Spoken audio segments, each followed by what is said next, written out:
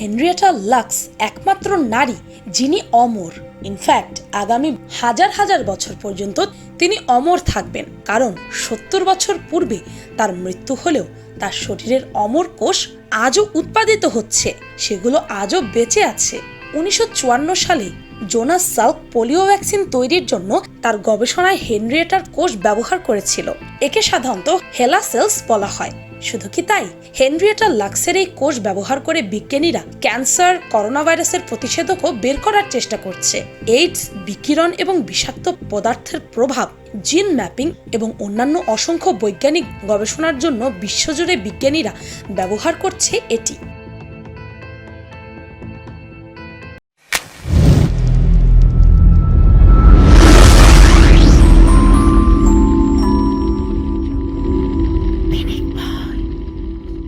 Number 1, Henrietta Lacks. Henrietta একজন African American নারী ছিলেন। হেনরিয়েটা লাক্সের জন্ম এবং বেড়ে ওঠা ভার্জিনিয়াতে। 1920 সালের 1 আগস্ট তার জন্ম। প্রথমে তার নাম ছিল লরেটা প্লেজান্টা, পরবর্তীতে তার নাম হয় হেনরিয়েটা লাক্স। হেনরিয়েটার 4 বছর বয়সের সময় তার মা মৃত্যুবরণ করে। তার বাবা এরপর অনেকটা উদাসীন হয়ে পড়েন। শিশু হেনরিয়েটার দেখাশোনা করা তার পক্ষে সম্ভব ছিল না। হেনরিয়েটাকে তাই তিনি ক্লোভার শহরে দাদা টমি লাক্সের কাছে পাঠিয়ে দেন। তার দাদার একান্নবর্তী পরিবার ছিল, সেখানে তার অন্যান্য চাচাতো ভাই বোনেরা বসবাস করত। ডেভিড লাক্স ছিলেন তার চাচাতো ভাই। ভবিষ্যতে তার সঙ্গে হেনরিয়েটার বিয়ে হয়। বিয়ের কয়েক বছর পর তারা ম্যারিল্যান্ডে বসবাস করা শুরু করে। 1950 সালের মধ্যে হেনরিয়েটার 5 সন্তানের জননী হয়ে যান, কিন্তু 1951 সালের 4 অক্টোবর তিনি ক্যান্সারের কারণে মারা যান। মাত্র 31 বছর বয়সে তিনি কিভাবে মারা গেলেন নিশ্চয়ই মনে প্রশ্ন জাগছে। তার শেষ সন্তান জন্ম নেয় 1950 সালে। এরপর তার অতিরিক্ত রক্তক্ষরণ হয় এবং তার পেটে ব্যথা বাড়তেই থাকে। চিকিৎসকরা তাকে পরীক্ষা করার পরামর্শ দেন, কিন্তু তার এই চিকিৎসা পেতেও বেশ কষ্ট করতে হয়েছে, কারণ তখনকার আমেরিকান সমাজে বর্ণবাদ কতখানি কুৎসিত ছিল তা বর্ণনা করে বোঝানো যাবে না। তখন বেশিরভাগ হাসপাতালেই কালো বর্ণের মানুষদের চিকিৎসা করা হতো না। যে অল্প কিছু হাসপাতালে তা করা হতো, সেখানেও কালোদেরকে আলাদাভাবে রাখা হতো। সব সামাজিক সুবিধাই তখন কালো মানুষদের জন্য আলাদা এবং সীমিত। হেনরিয়েটা ম্যারিল্যান্ডের যেই অঞ্চলে বসবাস করতেন, সেখানে একমাত্র হপকিন্স হাসপাতাল কৃষ্ণাঙ্গদের চিকিৎসা সেবা প্রদান করত।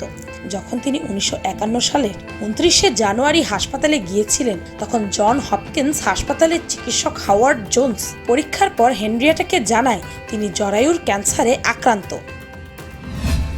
তবে পরিবারের কাছে নিজের ক্যান্সারের কথা প্রথম অবস্থায় গোপন রেখেছিলেন এই নারী। চিকিৎসকের পরামর্শ অনুযায়ী হেনরিয়েটা নিয়মিত হাসপাতালে যাওয়া শুরু করেন।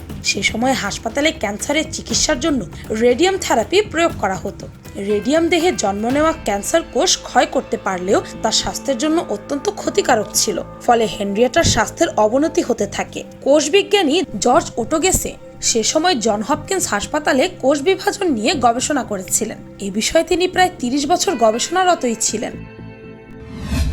তার গবেষণার মূল বিষয় ছিল দীর্ঘস্থায়ী টিস্যু তৈরির চেষ্টা। জর্জ কে হেনরিয়েটার ক্যান্সারের খবর পেয়ে আগ্রহ নিয়ে তাকে দেখতে আসেন।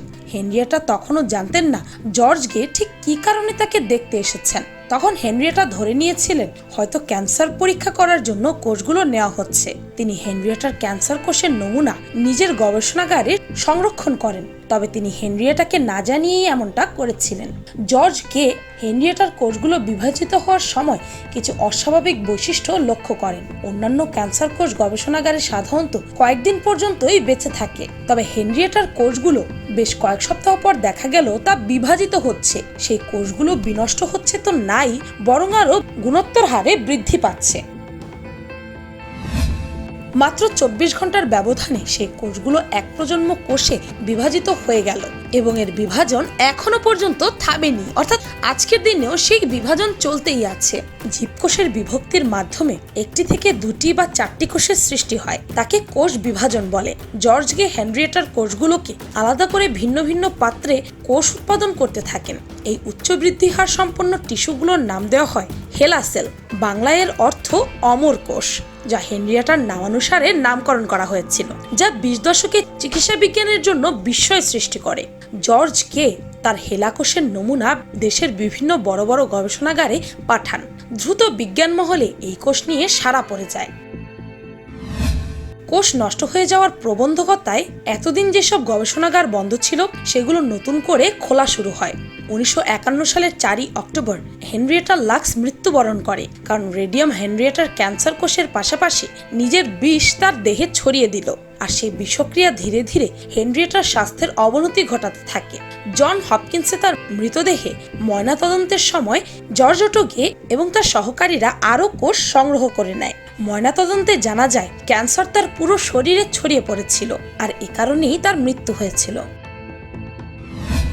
তার মৃত্যুর কয়েক দশক পর তার সমাধি চিহ্নিত করে এপিটপ সংযুক্ত করা হয়, কিন্তু সেই সময় বায়োমেডিক্যাল গবেষণায় হেলা সেল ধীরে ধীরে গুরুত্বপূর্ণ ভূমিকা পালন করতে থাকে। বিজ্ঞান ভিত্তিক বাণিজ্যিক শিল্প প্রতিষ্ঠানগুলো মাত্র একটি নমুনা থেকে মিলিয়ন মিলিয়ন কোষ উৎপাদন করতে থাকে। আর এই কোষ যার দেহের অংশ, সেই হেনরিয়েটা লাক্স তখন মৃত্যুর সাথে পাঞ্জা লড়ছিল। তার কোষ অমর হলেও 8-10 জনের মতো হেনরিয়েটা ছিলেন মরণশীল মানুষ।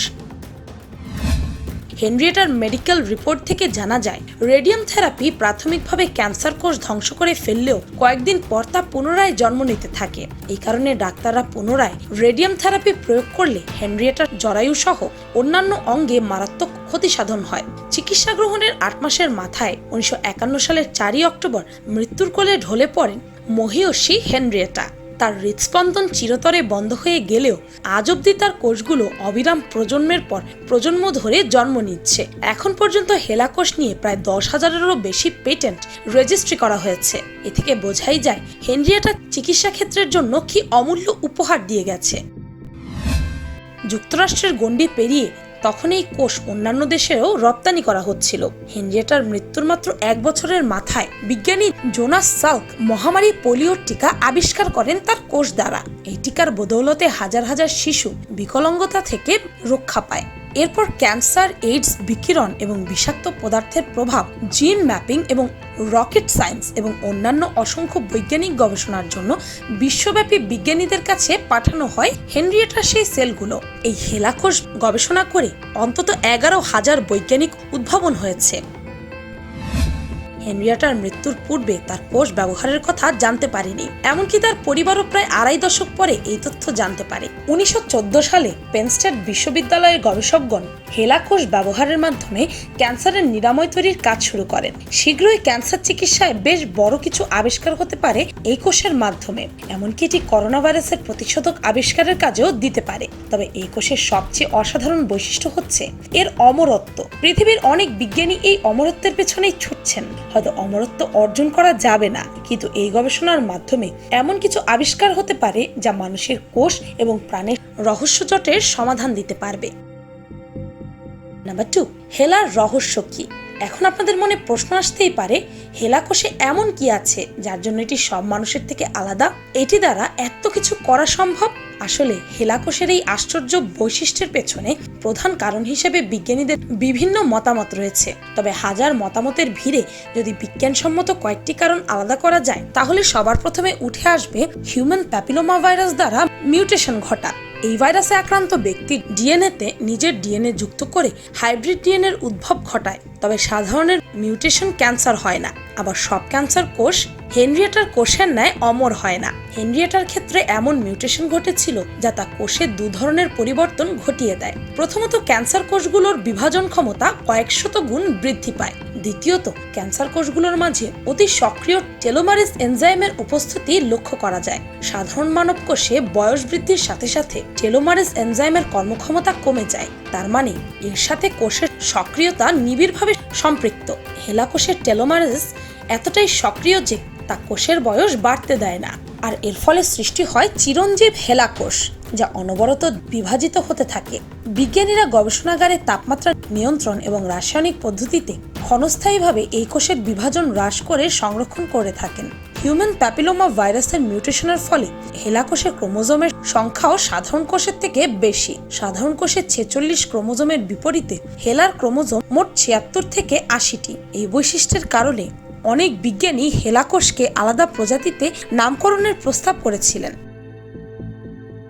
নাম্বার 3, হপকিন্স কেলেঙ্কারি। জন হপকিন্স হাসপাতালের বিরুদ্ধে বেশ গুরুতর অভিযোগ ওঠে যে এখানে রোগীদের সম্মতি না নিয়েই ডাক্তাররা রক্ত ও কোষের নমুনা এবং মেডিকেল রিপোর্ট বিভিন্ন গবেষণার পরীক্ষায় পাঠানো হয়। এমনকি রেবেকা স্কুল্ট তার বই লেখার সময় অনুসন্ধানের মাধ্যমে এই ঘটনার সত্যতাও পান। বিশেষ করে যেই হেনরিয়েটার কোষ ব্যবহার করে হাজার হাজার বাণিজ্যিক প্রতিষ্ঠান অর্থ উপার্জন করছে, সেই হেনরিয়েটার মেলেনি একটি পয়সাও।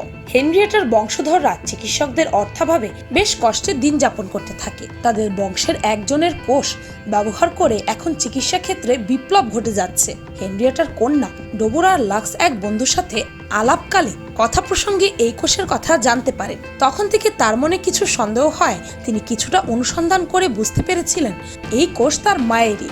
এছাড়া 1970 সালে এক গবেষণার জন্য পুনরায় লাক্স পরিবারের রক্ত সংগ্রহ করা হয়, যেখানে রক্তদাতাকে পূর্ব থেকে পরীক্ষার উদ্দেশ্য জানানো হয়নি।